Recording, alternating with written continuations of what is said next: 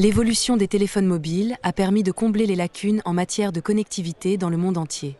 Selon le dernier rapport sur la connectivité réalisé par l'association Global System for Mobile Communication, une nette amélioration a été constatée dans la plupart des villes, mais les zones rurales, en particulier en Afrique, restent à la traîne. L'Afrique a fait des progrès significatifs dans l'amélioration de la connectivité.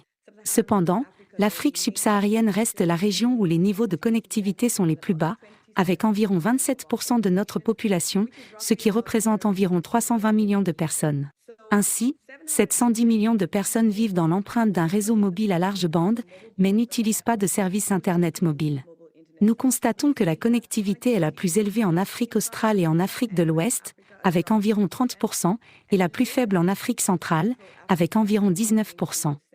Les agriculteurs africains ont toutefois trouvé la formule pour faire fonctionner les plateformes basées sur l'Internet. Cette utilisation de la technologie a aidé les producteurs à mieux gérer les cultures, à augmenter les rendements et à accroître les revenus. Les plus petits des petits agriculteurs qui opèrent dans les zones rurales profondes, les anciens homelands, tribal trust areas, nous avons conçu cette plateforme pour les aider.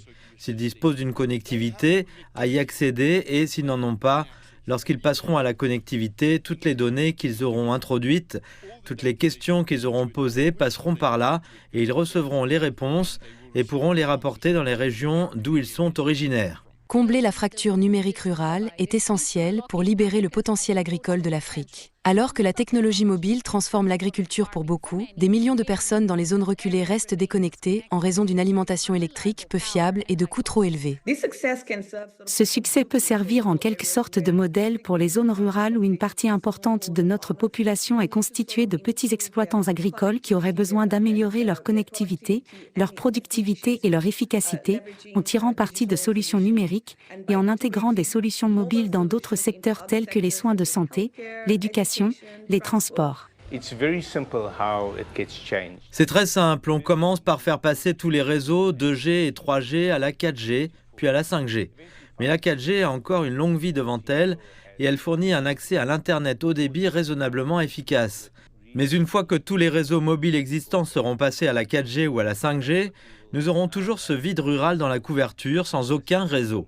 Pour la plupart des habitants des pays à revenus faibles ou intermédiaires d'Afrique et d'autres régions du monde, le téléphone mobile est le seul moyen de se connecter. Le défi est que plus de la moitié de ceux qui n'ont pas accès à l'Internet vivent dans des zones dépourvues d'infrastructures et qu'il faudra des investissements importants dans les réseaux de télécommunications et les systèmes d'énergie propre pour atteindre tous les coins du continent.